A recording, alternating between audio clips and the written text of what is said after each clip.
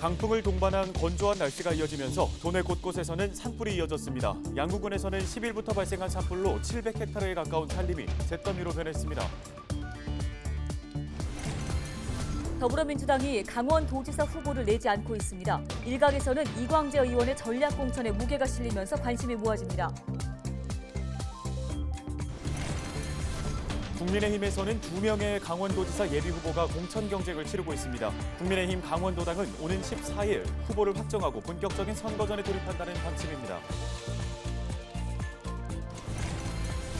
강원도가 산불 피해를 입은 소상공인 지원에 나섭니다. 각종 융자 지원은 물론 코로나19로 인한 손실 보상까지 병행한다는 방침인데요.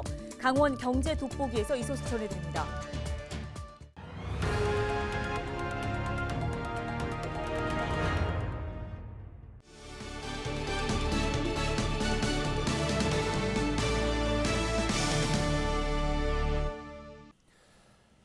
시청자 여러분 안녕하십니까? 헬로티비 뉴스입니다. 지난 주말부터 강원도 내 곳곳에서 산불이 발생했습니다. 특히 양구에서는 지난 10일 발생한 산불이 11일까지 이어졌습니다. 네, 11일 오전에는 짙은 안개로 진화의 난항을 겪으면서 700여 헥타르, 축구장 900여 개가 넘는 넓이의 산림이 피해를 입었습니다. 박건상 기자입니다. 붉은 불길이 산 능선을 따라 길게 늘어서 있습니다. 날이 밝자 진화 헬기가 연신 물을 뿌려댑니다. 지난 10일 오후 3시 40분쯤 양구군 송천리에서 산불이 발생했습니다. 경찰과 산림당국은 주민이 낙엽과 쓰레기를 태우다 불이 번진 것으로 보고 정확한 원인 조사에 나섰습니다. 산불은 강한 바람을 타고 순식간에 북쪽으로 번졌습니다.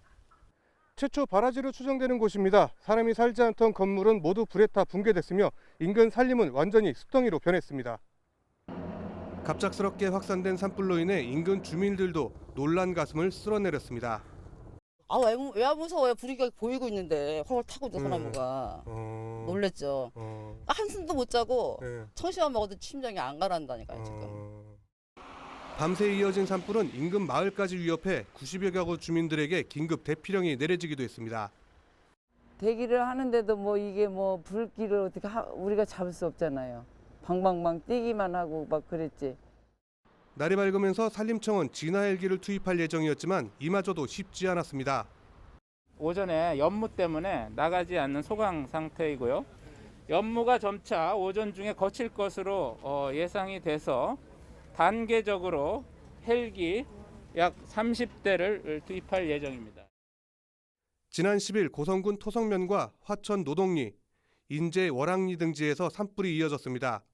또 11일 오전 11시 20분쯤에는 정성군 문곡리에서도 산불이 발생했습니다. 대기가 건조한 데다 강풍까지 동반한 날씨가 이어지면서 전국적으로 산불이 발생하고 있습니다. 기상청은 건조한 날씨가 이어지다 13일 새벽부터 약한 비가 내릴 것으로 내다봤습니다.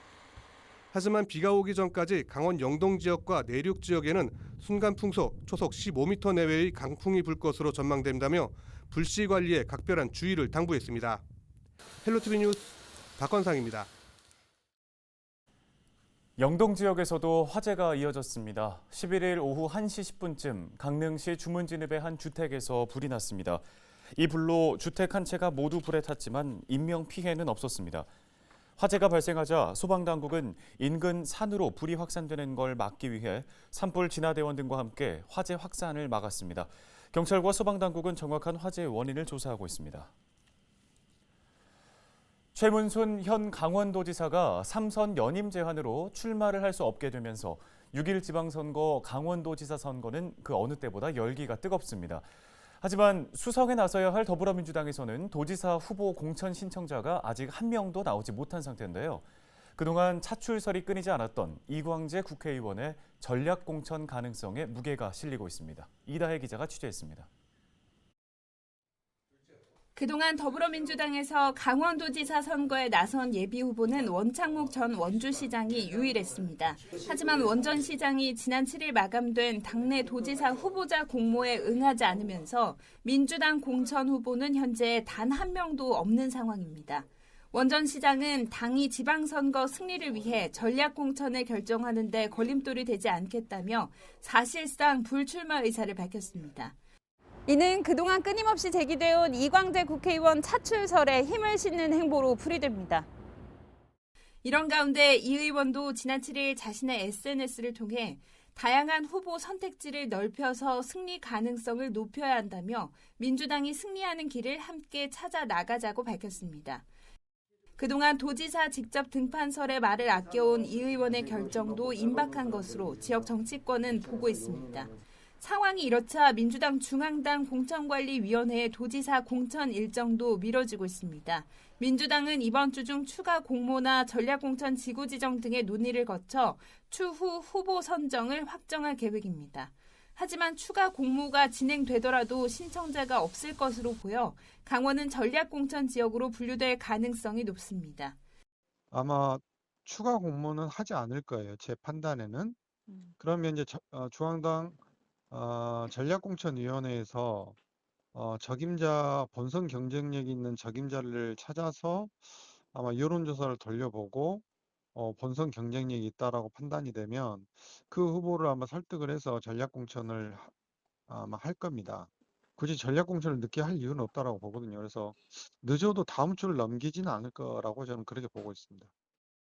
이광재 의원은 최근 국회 외교통일위원회 위원장 자격으로 폴란드를 방문한 뒤 11일 귀국했습니다. 오는 13일 원주에서 지방선거 출마자들과 현안 토론회를 가질 예정인데 지역 정가에선 자연스럽게 도지사 출마 여부를 밝히지 않겠느냐는 전망이 나옵니다. 지방선거가 50일 앞으로 다가온 가운데 도지사 공천 신청자가 한 명도 없는 더불어민주당의 막판 전략공천 여부에 관심이 쏠리고 있습니다. 헬로티비 뉴스 이다혜입니다. 국민의힘에서는 강원도지사 선거에 김진태 전 국회의원과 황상무 전 KBS 앵커 간의 양자 대결로 압축이 된 상황입니다. 김진태, 황상무 예비후보는 지난주 중앙당 면접심사를 마친 뒤에 본격적인 공천 경쟁에 나섰는데요. 국민의힘은 14일 경선 후보를 확정하고 경선 과정에 들어간다는 계획입니다. 보도에 김수아 기자입니다. 국민의힘은 제8회 지방선거에서 강원도지사 자리를 반드시 되찾겠다는 각오입니다. 김진선 전 강원도지사가 3선을 지낸 뒤 12년간 당선자를 내지 못했기 때문입니다. 국민의힘 강원도지사 공천 경쟁은 김진태, 황상무 예비후보 간 양자 대결로 압축됐습니다. 국민의힘은 14일 경선 후보자 확정을 앞두고 지난 8일 두 예비후보를 상대로 면접을 진행했습니다.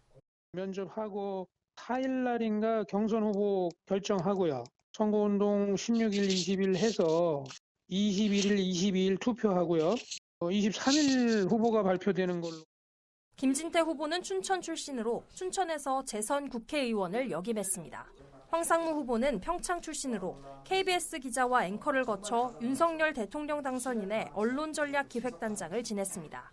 김진태 후보는 대표적인 친박계 인사로 분류되고 황상무 후보는 윤석열 캠프 합류를 시작으로 정치권에 입문한 신인입니다. 그 강원 도정을 한번 바꿔야 제대로 된 이 정권 교체가 된다고 생각합니다. 잃어버린 12년 제가 한번 바꿔보기 위해서 출마를 결심했습니다. 일단 정권 교체에 작은아마 일익을 담당을 했고 정치계에 발을 들인 이상 제 생애 마지막은 고향에 돌아와서 강원도의 발전을 위해서 국민의힘 강원도지사 경선은 권리당원 선거인단 투표와 여론조사 결과를 각각 50%를 적용하는 방식으로 진행됩니다. 김진태 예비후보는 중도 확장성을, 황상무 예비후보는 인지도 상승 등에 집중하며 치열한 공천 경쟁을 예고했습니다. 지난 12년 동안 더불어민주당에 강원도지사직을 내어줬던 국민의힘은 이번에는 반드시 강원도지사직을 가져오겠다는 의지를 다지고 있습니다. 지난 대선 당시 강원도 내 18개 시군구에서 모두 승리한 만큼 국민의힘 강원도지사 공천을 누가 받을지 관심이 모아지고 있습니다. 헬로티비 뉴스 김수아입니다.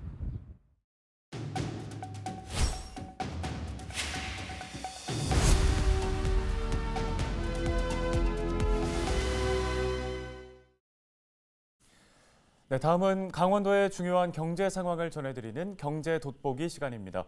오늘은 지난 3월에 발생한 동해안 산불 피해 주민들을 위해서 강원도가 추진하고 있는 지원책 등에 대해 집중적으로 전해드리겠습니다. 안녕하십니까. 강원도청 경제진흥과장 최기철입니다. 코로나 창궐 3년차 긴 터널을 잘 버텨주시고 견뎌내주고 계신 도민 여러분께 진심으로 감사를 드립니다. 엎친 데 겹친 격으로 사상 최악의 산불로 시리에 빠진 도민 여러분께도 큰 위로와 힘내시라는 응원의 말씀을 드리겠습니다.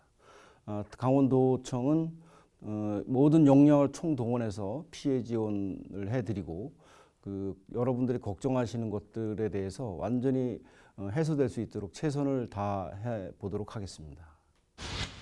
네, 답변 드리겠습니다. 먼저 산불 피해 상황을 보면 이재민 약 80세대에 118명, 소상공인 피해 23건에 40여억 원 정도로 추산하고 있습니다.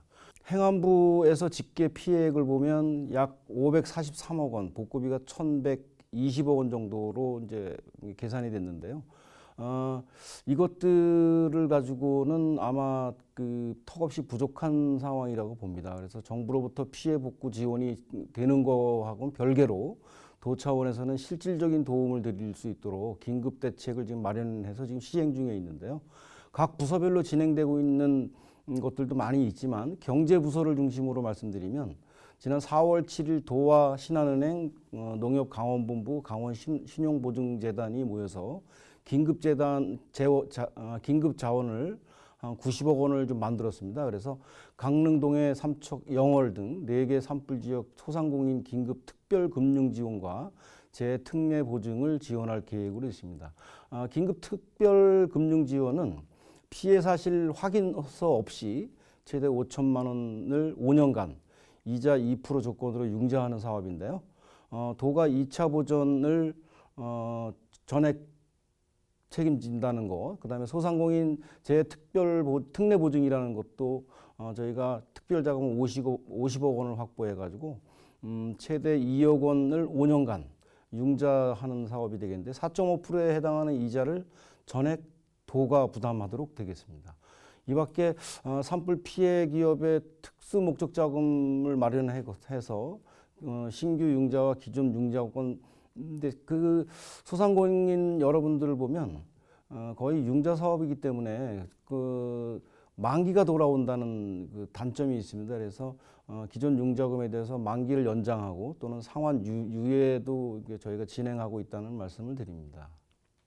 또한 산불 피해 지역 4개 시군 소상공인들의 회생을 지원하기 위해서 저희가 특별 상품을 지금 만들고 있습니다. 이제 꾸러미로 소상공인 제품을 꾸러미로 저희가 묶어서 온라인 라이브 판매를 진행을 해서 해당 지역의 물품들이 판로를 열어갈 수 있도록 저희가 동시다발적으로 좀 추진하고 있다는 말씀을 드립니다. 이 밖에 관광객 유치도 굉장히 지역 경제 활성화를 위해서 굉장히 중요한 요소이기 때문에 고이스트라는 캠페인을 통해서 직간접적으로 지역 경제가 회생할 수 있도록 그렇게 추진하고 있다는 말씀도 드립니다.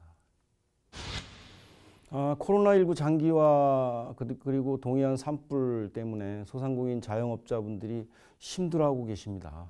매년 단편적으로 진행되던 사업들을 예를 들면 세일페스타 같은 경우도 저희가 단편적으로 운영됐던 것을 올해는 좀 강원도 대표 브랜드로 육성을 해서 수출은 GTI 박람회, 내수 판매는 강원 세일페스타를 축제화해서 판을 좀 키워서 중소기업과 소상공인 제품들이 판로를 확장될 수 있도록 총력을 다할 계획으로 있습니다. 도민 여러분, 헬로TV 청취자 여러분, 코로나19를 극복하시느라 힘겨운 싸움을 하고 계시리라고 생각합니다. 힘내시라는 응원의 말씀을 드리고요. 지금껏 견뎌오신 만큼 조금만 더 버텨주시고 강원도도 마른 수건을 쥐어짜는 심정으로 촘촘하게 빠르게 챙겨나갈 것을 이 자리를 빌어서 다짐을 드립니다. 여러분 힘내십시오. 감사합니다.